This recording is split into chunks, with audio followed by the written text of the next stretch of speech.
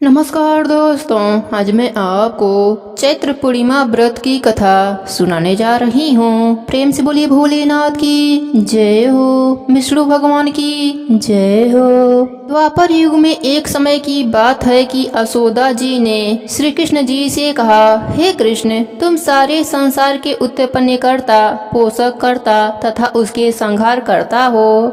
आज कोई ऐसा व्रत मुझसे कहो जिसके करने से मृत्युलोक में स्त्रियों को विधवा होने का भय न रहे तथा यह व्रत सभी मनुष्यों की मनोकामना पूर्ण करने वाला हो। भगवान श्री कृष्ण कहने लगे, हे माता, तुमने अति सुंदर प्रश्न किया है। मैं तुमसे ऐसे ही व्रत को सविस्तार कहता हूँ। सौभाग्य की प्राप्ति के लिए स्त्रियों को 32 पूर्णिमा का व्रत करना चाहिए। इस व्रत के करने से स्त्रियों को सौभाग्य संपत्ति मिलती है। यह व्रत अचल सौभाग्य को देने वाला एवं भगवान शिव जी के प्रति मनुष्य मात्र की भक्ति को बढ़ाने वाला है। यशोदा जी कहने लगी, हे कृष्ण, सर्वप्रथम इस व्रत को मृत्युलोक में किसने किया था, इसके विषय में विस्तार पूर्वक मुझसे कहो। भगवान श्री कृष्ण जी ने अपनी माता से कहा कि इस भूमंडल पर एक अत्यंत प्रसिद्ध राजा चंद्रहास से पतित अनेक प्रकार के रत्नों से परिपूर्ण कतिका नाम की एक नगरी थी। वहाँ पर धनेश्वर नाम का एक ब्राह्मण रहता था। उसकी स्त्री अति सुशील रूपवती थी। दोनों ही उस नगरी में बड़े प्रेम के साथ रहते थे। घर में धने धन आदि की कमी न थी। उनको एक बड़ा दुख था कि उनके कोई भी संतान न थी। इस दुख से वह अत्यंत दुखी रहते थे। एक समय एक बड़ा तपस्वी योगी उस नगरी में आया। वह योगी उस ब्राह्मण के घर को छोड़कर अन्य सब घरों से भिक्षा लाकर भोजन किया करता था। रूपवती से वह भिक्षा नहीं लिया करता था। उस योगी ने एक दिन रूपवती से भिक्षा न लेकर किसी अन्य घर से भिक्षा लेकर गंगा किनारे जाकर भिक्षान को प्रेम पूर्वक खा रहा था कि धनेश्वर ने योगी का यह सब कार्य किसी प्रकार से देखा।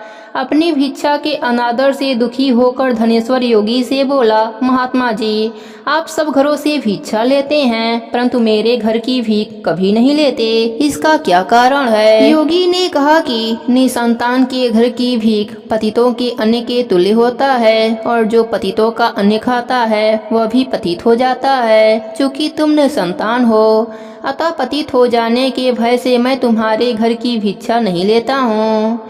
धनेश्वर यह बात सुनकर अपने मन में बहुत दुखी हुआ और हाथ जोड़कर योगी के पैरों पर गिर पड़ा तथा दुखी भाव से कहने लगा, हे महात्मा जी, यदि ऐसा है तो आप मुझे पुत्र प्राप्ति का उपाय बताइए। आप सर्वज्ञ हैं, मुझ पर यह कृपा कीजिए। धन की मेरे घर में कोई कमी नहीं परंतु मैं पुत्र न होने के कारण अत्यंत दुखी रहता हूँ। आप मेरे इस दुख का हरण करें, आप सामर्थ्यवान हैं।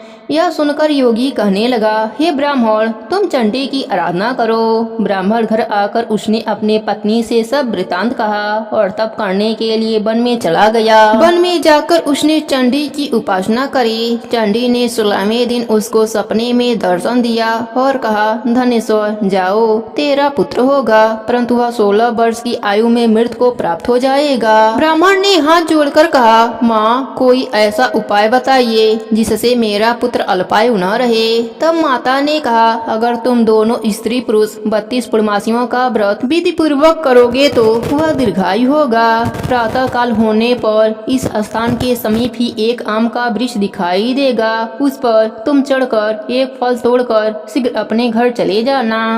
ऋतु स्नान के पश्चात स्वच्छ होकर श्री भोलेनाथ का ध्यान करके उस फल को तुम्हारी स्त्री खा लेगी। तब भगवान भोलेनाथ की कृपा से तुम्हारी पत्नी को गर्भ रह जाएगा।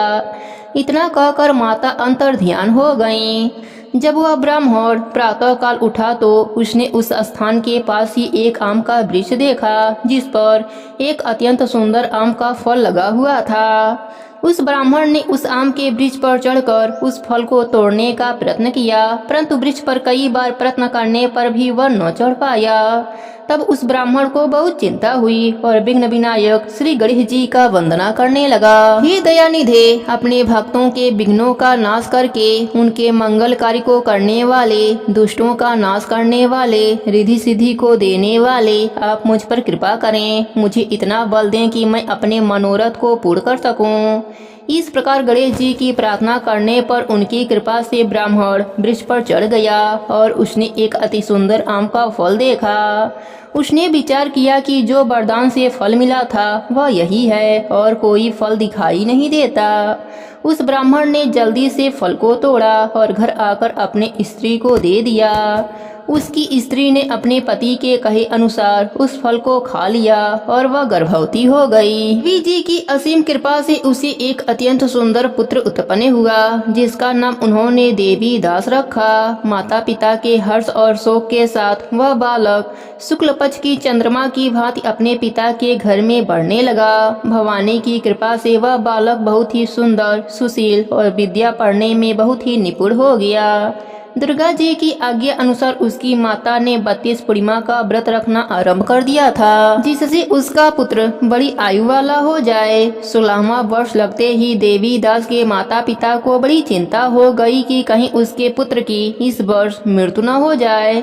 इसलिए उन्होंने अपने मन में विचार किया कि यदि यह दुर्घटना उनके सामने हो गई तो वह कैसे सहन कर सकेंगे। तब उन्होंने देवी दास के मामा को बुलाकर कहा कि देवी दास 1 वर्ष तक काशी में जाकर विद्या अध्ययन करेगा और उसको अकेला कभी मत छोड़ना और 1 वर्ष के बाद इसको घर लाना।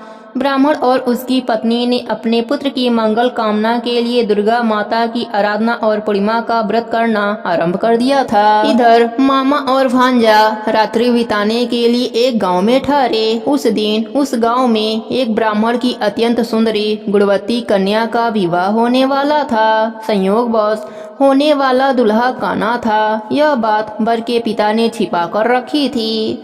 उसने जब देवी दास को देखा तो सोचा इसी से कन्या का लग्न करा देता हूँ और विदाई अपने बेटे के साथ करा दूंगा। वह इस बात को लड़के के मामा से बोला। वह तैयार हो गए। देवी दास का विवाह संपन्न हो गया। विवाह कार्य समाप्त होने के बाद भोजन करने वर और वधू बैठे। देवी दास उस कन्या के बारे में सोचकर रोने लगा। कन्या ने रोने का कारण पूछा तो देवी दास ने सारा वृतांत सुना डाला। इस पर कन्या ने कहा, हमारी शादी अग्नि के सामने हुई है। हम आपको ही अपना पति मानते हैं। मैं आपकी ही पत्नी रहूंगी, किसी अन्य की कदापि नहीं। तब देवी दास ने कहा, ऐसा मत कहिए क्योंकि मेरी आयु बहुत थोड़ी है। मेरे मरने के बाद आपकी क्या गति होगी। परंतु कन्या ढीठ विचारों वाली थी। वह बोली, जो आपकी गति होगी वही मेरी भी गति होगी। हे स्वामी, आप रोना बंद कीजिए और भोजन ग्रहण कर लीजिए। देवी दास जब जाने लगा तो 3 नगों वाली अंगूठी अपने पत्नी को दिया और बोला, हे प्रिय, मैं काशी जा रहा हूँ। और वह काशी चला गया। जब विदाई का वक्त आया तो कन्या ने अपने पिताजी को सारी बातें बताई। लड़की के पिता ने सब बरातियों को बुलाकर लड़के के पिता को अपमानित करके विदा कर दिया। वह सब आजे बाजे के साथ चले गए। भगवान श्री कृष्ण बोले, हे माता, इस प्रकार देवी दास काशी में पहुंच गया। एक रात्रि एक सर्प उसको डसने के लिए आया, परंतु व्रतराज के प्रभाव से उसको काट नहीं पाया क्योंकि उसकी माता ने कई बार 32 पूर्णिमा का व्रत कर लिया था। जब 1 वर्ष काशी में बीत गया तब देवी दास अपने मामा के साथ घर आने के लिए चल दिया। रास्ते में उसी गांव में रुका जहां उसकी शादी हुई थी। लड़की के पिता ने उसको पहचान लिया और बड़े सम्मान के साथ अपने घर ले गए। भगवान श्री कृष्ण जी कहने लगे कि इस प्रकार धनेश्वर 32 पूर्णिमा के व्रत के प्रभाव से पुत्रवान हो गया। जो भी स्त्रियां इस व्रत को करती हैं वे जन्म जन्मांतर में वैदर्भ का दुख नहीं भोगती और सदैव सौभाग्यवती बनी रहती हैं। यह मेरा वचन है, इसमें कोई संदेह नहीं। यह व्रत पुत्र पौत्र को देने वाला तथा संपूर्ण मनोकामनाओं को पूर्ण करने वाला है। 32 पूर्णिमासियों के व्रत करने से व्रती की सब प्रकार की इच्छा भगवान शिव जी की कृपा से पूरी हो जाती है। हे भोलेनाथ, जैसे आपने धनेश्वर को पुत्र शोक होने नहीं दिया वैसे ही अपने सभी भक्तों पर अपनी कृपा बनाए रखना। कहानी अधूरी हो तो पूरी करना, पूरी हो तो मान रखना, सबके व्रत को पूर्ण करना। प्रेम से बोलिए भोलेनाथ की जय हो, विष्णु भगवान की जय हो।